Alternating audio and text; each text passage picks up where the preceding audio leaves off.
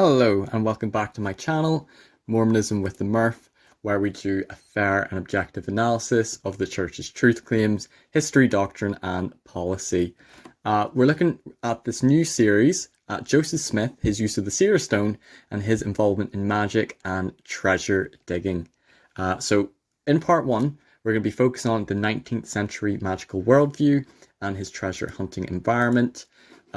If you want to learn more about this topic, I would recommend watching Dan Vogel, who is a scholar of Joseph Smith. He knows a lot about this subject, Joseph Smith's early life and involvement in treasure digging and magic.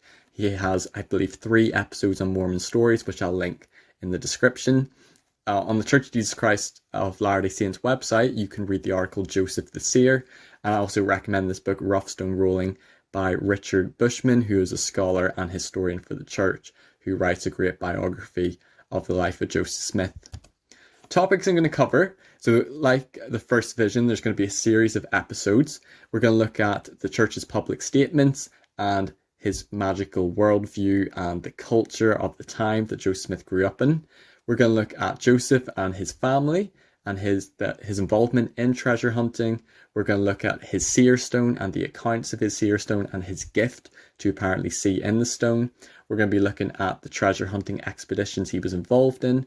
We're going to look at maybe some faithful and some antagonistic quotes. We're then going to dive into his 1826 glass looker trial. And then we're going to look at the seer stone and the Book of Mormon translation, which he used using that same stone that he used for treasure digging. And then there's going to be a conclusion. So in August 2015, the Church publicly released the Seer stone. It was in the Church's vault, and the Salt Lake Tribune released an article. The Church published pictures of the Seer stone, and along with this was the 2015 article, Joseph the Seer. Funny story, I was on my mission a couple of months, so I went out my mission June 2015, so I was in my first area. I was a greenie, and this strange guy came up to me in the street, and he was talking to me about, Joseph Smith had a seer stone and the Church, had hidden it all this time.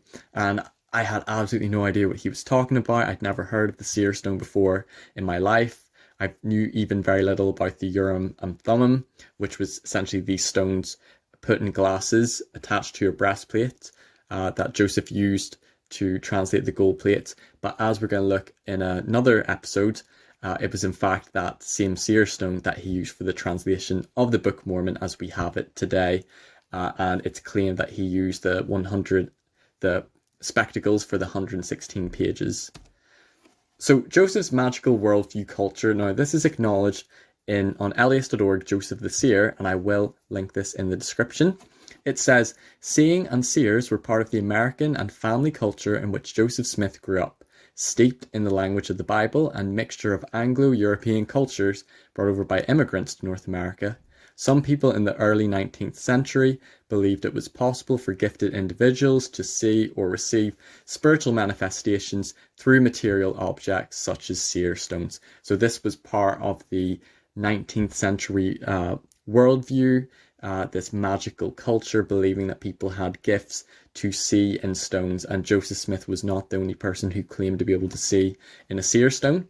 The young Joseph Smith accepted such familiar folk ways of his day, including the idea of using seer stones to view lost or hidden objects. So people believed that they could find lost objects and also see buried treasure with the stone.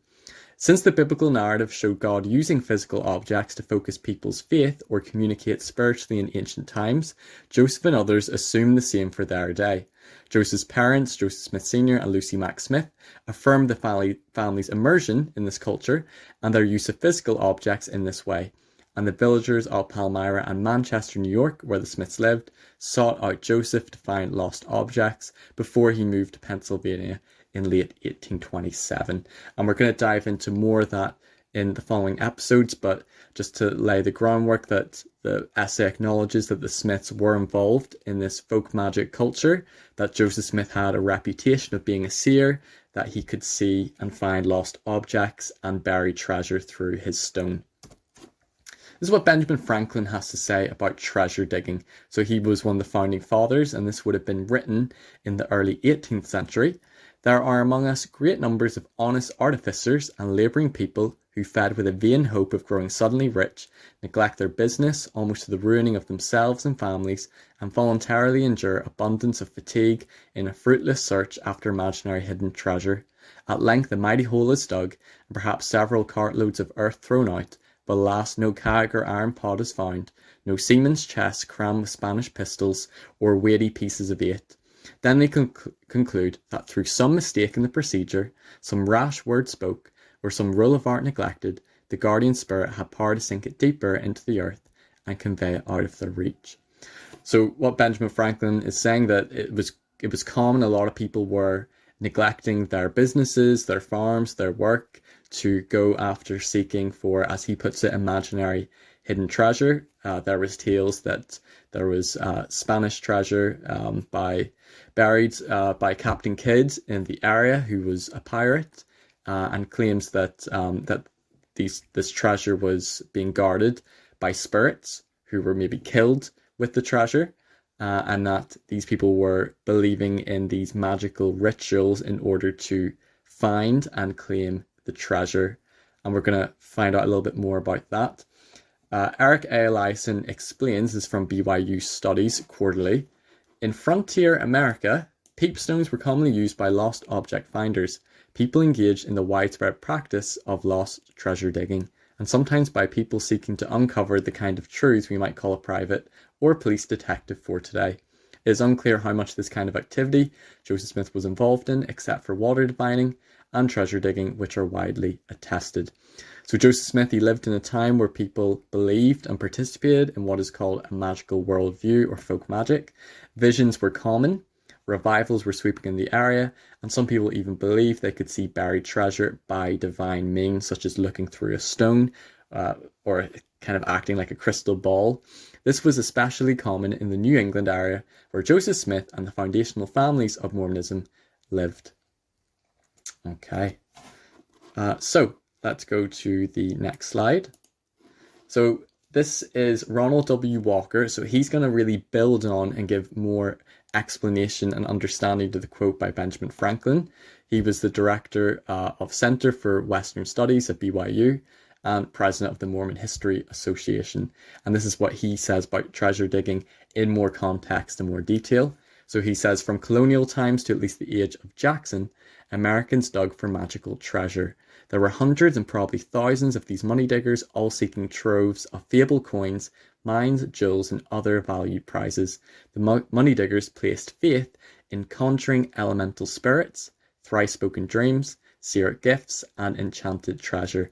So this goes back to the magical worldview, believing in this treasure that was buried underground, guarded by spirits. They believed in thrice spoken dreams, and that people had the gift to see and locate this enchanted treasure. A second treasure finding device used by adepts was the peep or seer stone, whose acclaimed gifts excelled even those of the divining rod. Such stones seemed to be everywhere and were of every possible description. Joseph Smith's various stones reportedly included a smooth, grey, egg-shaped rock found in Neighbour's Well, a second, which he reportedly dug up near Lake Erie after espying it in his neighbour's stone, and still others collected from the Mississippi River near Nauvoo, Illinois. While finding the right moment to dig was important, the need to circumvent the treasure's guardian was crucial. Like its old world antecedents, the American treasure keeper might be demonic or divine, or it could be a cat, dog, snake, or some other protecting animal. But generally, the American treasure guardian was a murdered youth or man whose body had been left with the buried valuables to ensure their protection. Guardian Indians were a frequent motif, while a murdered pirate protected Captain Kidd's troves. So like I said earlier, Captain Kidd, the people in upstate New York believed in Captain Kidd's tales and stories of him going and collecting all this treasure and burying it in upstate New York. And many people believed that this treasure was guarded by spirits and that they would need to perform these magic rituals, and people could see in stones the treasure and where it was located. You can probably notice some of the similarities between things such as treasure being guarded by a spirit, a thrice spoken dream, enchanted treasure. You can see some connections to maybe the Angel Moroni story who appears to Joseph Smith 3 times in one night. He is a Native American or a Nephite who is essentially guarding the plates, and that Joseph Smith obtains the plates, which is almost like the treasure. So did the Angel Moroni and gold plate story, did it come from this magical worldview environment? Critics would definitely claim that. Fair Latter-day Saints, so they would say that local newspapers reported on money digging activities, that these were very common and actually not even frowned upon. Digging for money hidden in the earth is a very common thing. In the state, it is even considered as honourable and a profitable employment. I know critics would definitely disagree and push back with that, with other quotes. One gentleman digging 10 to 12 years found a sufficient quantity of money to build him a commodious house. Another dug up $50,000. In 1825, the Wayne Sentinel in Palmyra reported that buried treasure had been found by the help of a mineral stone. So here's some people claiming that they were able to find treasure and find wealth through being involved in treasure digging, and people claiming to find it through the stone. So that was the worldview of the time. In summary, so in August 2015, the church publicly released Joseph Smith's Seer stone, which he used in treasure digging and folk magic practices, and it was the same stone that he used to translate the Book of Mormon.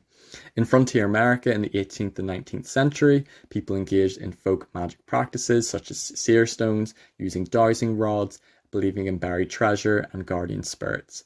Joseph and his family were involved in magical practices and treasure digging. It was considered a common and respectable practice by some, and criticised by others as a foolish pursuit. Family members and neighbours of the Smith believed Joseph had the gift of seeing a stone, and was hired to try to find lost or hidden objects, including buried treasure.